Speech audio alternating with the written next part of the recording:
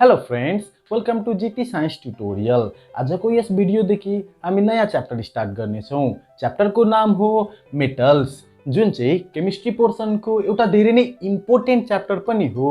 यस च्याप्टरमा हामी 5 वटा मेटल्सको बारेमा पढ्नेछौँ। ती हुन् Fe means iron, Cu means copper, Al means aluminium, Ag means silver and Au means gold। यस च्याप्टरमा हामी यी मेटल्सहरूको manufacturing process, physical and chemical properties as well as युजेसहरूको बारेमा पढ्नेछौँ। बट आजको यस भिडियोमा हामी what is metal, what are the properties of metal and what are minerals and ores को बारेमा इन्फर्मेसन गेन गर्नेछौँ। So let's start.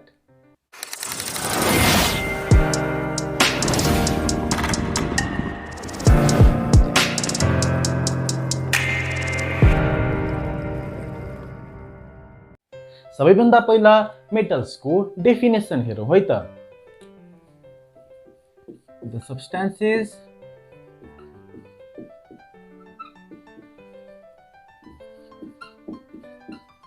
which are hard, ductile, malleable,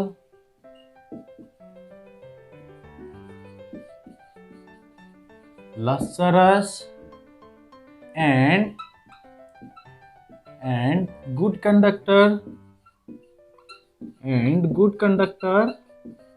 of heat and electricity are called metals। So this is the definition for metal।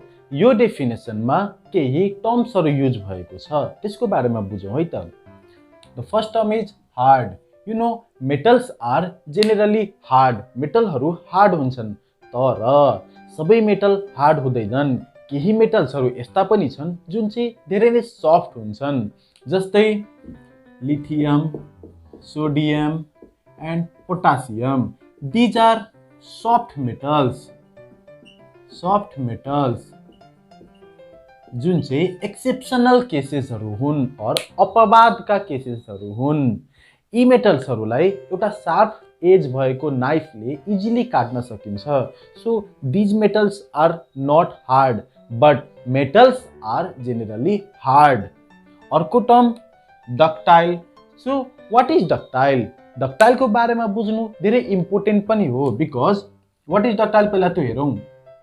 Suppose I have a substance, this is a substance. Now यदि यो सब्स्टेन्सलाई मैले कुनै मेथडबाट either pressing गरेर और ह्यामरिङ गरेर और अरु कुनै मेथड युज गरेर if I can convert it into a wire, यदि कुनै सब्स्टेन्सलाई मैले कुनै पनि मेथड युज गरेर वायरमा चेन्ज गर्न सक्छु भने that substance is ductile substance and that property is called ductility property। I hope you understood about ductile। Similarly, another word is malleable। malleable भनेको यदि कुनै सब्स्टेन्सलाई हामीले प्रेस गरेर और ह्यामरले हानेर और अरु कुनै मेथडबाट प्लेन शीटमा चेन्ज गर्न सक्यौं भने, प्लेन शीट भन्नाले जस्ट लाइक अ पेपर। यसको बेस्ट एक्जाम्पल हाम्रो घरमा युज हुने टिन, छानुमा युज हुने टिन, त्यो एउटा मेलिएबिलिटीको एक्जाम्पल हो। सो कुनै सब्स्टेन्सलाई यदि हामीले प्लेन शीटमा चेन्ज गर्न सक्छौं भने त्यस्तो सब्स्टेन्सलाई मेलिएबल सब्स्टेन्स भन्ने that property is called malleability. त्यसरी नै अर्को term is lustrous. Metals are generally lustrous. Lustrous भनेको साइनी, मेटल्सहरु टल्किन्छन्। त्यसपछि good conductor of heat and electricity. Metals are very good conductor of heat and electricity. Heat किन flow हुन्छ? Because मेटल्सको मोलिक्युल्सहरु धेरै कम्प्याक्ट भएर बसेको हुन्छ, जसले गर्दा कुनै एउटा मोलिक्युलले हीट एब्जर्ब गर्छ, त्यसले अर्को मोलिक्युललाई हीट ट्रान्सफर गर्ने, त्यसले अर्को, and it follows the rule of transmission of conduction phenomena. जसको बारेमा मैले मेरो प्रिभियस भिडियोमा बताइसकेको छु। त्यो भिडियोको लिंक तपाईले डिस्क्रिप्सनमा पाउन सक्नुहुनेछ। Now metals are very good conductor of heat and electricity. Electricity चाहिँ कसरी फ्लो हुन्छ त? कुनै पनि सब्स्टेन्सले तब मात्रै इलेक्ट्रिसिटी कन्डक्ट गर्न सक्छ जब त्यो सब्स्टेन्समा एउटा भ्यालेन्स इलेक्ट्रोन हुन्छ। कम्तीमा एउटा चाहिँ भ्यालेन्स इलेक्ट्रोन हुनै पर्छ, otherwise that substance can not conduct electricity. मेटल्सको आउटर अर्बिटलमा कम्तीमा एउटा भए पनि भ्यालेन्स इलेक्ट्रोनहरू हुन्छन्। के हुन्छन्? भ्यालेन्स इलेक्ट्रोन और खाली इलेक्ट्रोन हुन्छन्। ती इलेक्ट्रोनहरूले गर्दा नै मेटल्सले इलेक्ट्रिसिटी कन्डक्ट गर्न सक्छ।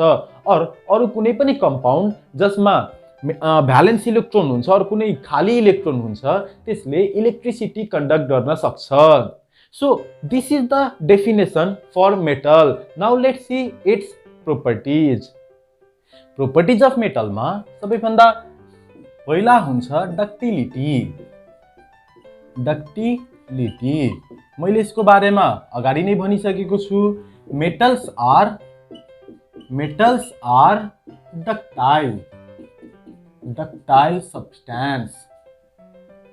डक्टाइल भनेको के हो? यदि कुनै सब्स्टेन्सलाई हामीले कुनै मेथडबाट थिन वायरमा पातलो तारमा चेन्ज गर्न सक्छौं भने those substances are called ductile substances and that property is called ductility.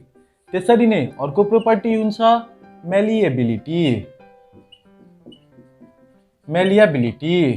यसको बारेमा पनि मैले अगाडि नै भनि नै सकेको छु। Metals are malleable substance। So what is malleable substance? यदि कुनै सब्स्टेन्सलाई हामीले कुनै मेथडबाट थिन प्लेन शीट पातलो पेपर जस्तो बनाउन सकियो भने, प्लेन बनाउन सकियो भने those substances are called malleable substance and that property is called malleability. Third is metals are generally hard except lithium, sodium, potassium, etc. So always remember केमिस्ट्रीमा exceptional केसेसहरू याद गर्नुपर्ने हुन्छ। एक्सेप्शनल केसेसहरू धेरै इम्पोर्टेन्ट हुन्छन्। Okay, so here in this case metals are generally hard, we know that, but these are exceptional case जुन चाहिँ हामीले याद गर्नु जरुरी छ। त्यसरी नै metals are generally found in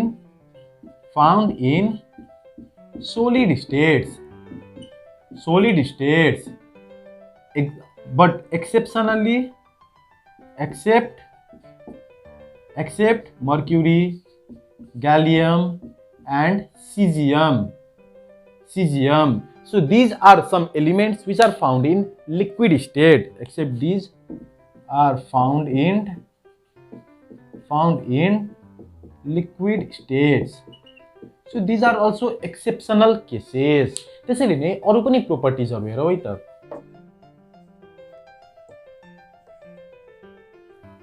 पाँच नम्बरमा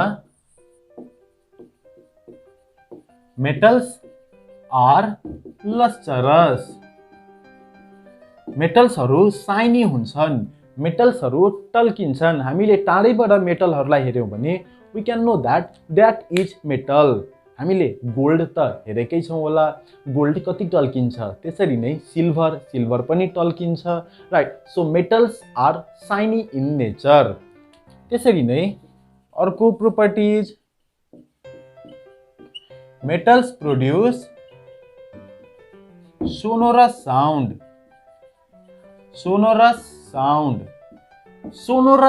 भनेको मेटल्सहरुलाई यदि ठोकाइयो भने कस्तो टाइपको साउन्ड आउँछ?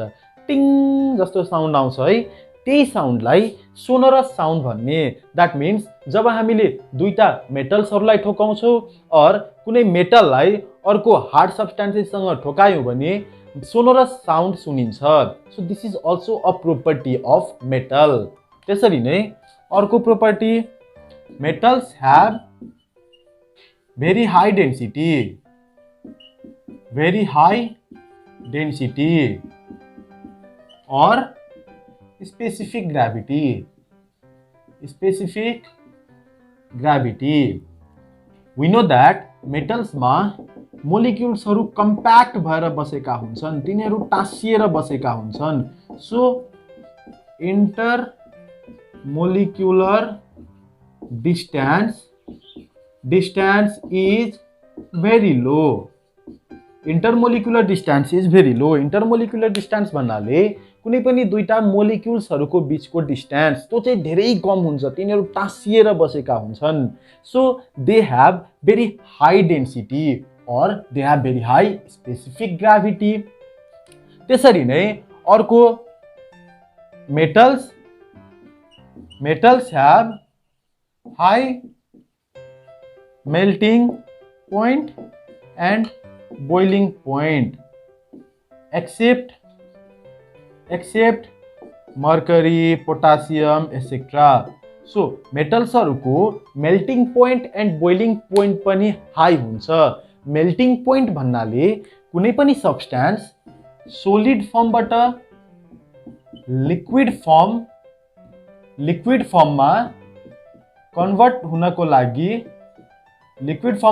हुनको लागि कति टेम्परेचरको आवश्यकता पर्छ, सिम्पली कति हिटको आवश्यकता पर्छ, कति टेम्परेचरमा हामीले त्यसलाई हिट गर्नुपर्ने हुन्छ, त्यही हिटलाई भन्ने, त्यही टेम्परेचरलाई भन्ने melting point. And boiling point भनेको liquid to vapour.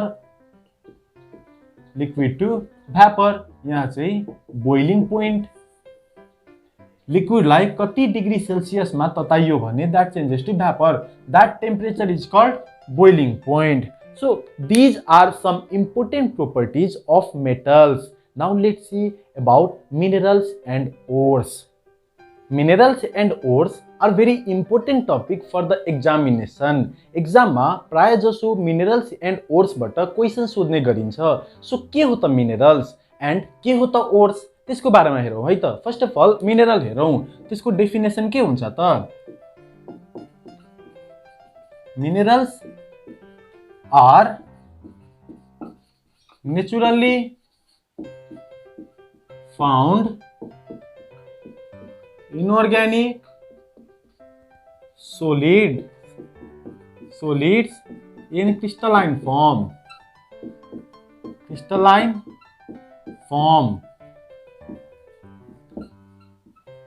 They have variety of chemical formula. So this is the definition for minerals. Example हरु के हुन सक्छन्. Horn silver,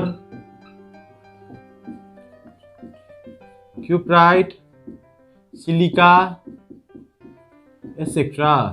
So these are some examples of minerals. Minerals हरु भनेको नेचरमा already भएको inorganic solids हरु भन्नाले जसको ब्याकबोन, जसको मेन एलिमेन्ट चाहिँ कार्बन हैन. कार्बन हुन पनि सक्छ तर मेन एलिमेन्ट चाहिँ कार्बन हैन. यदि main element or backbone carbon हो भने those type of compounds are organic compounds. So inorganic compounds जुन चाहिँ सोलिड को फर्ममा हुन्छन् तिनीहरु नेचरमा इजिली अवेलेबल हुन्छन्, तिनीहरुलाई भन्ने minerals. Now what are ores? Ores are concentration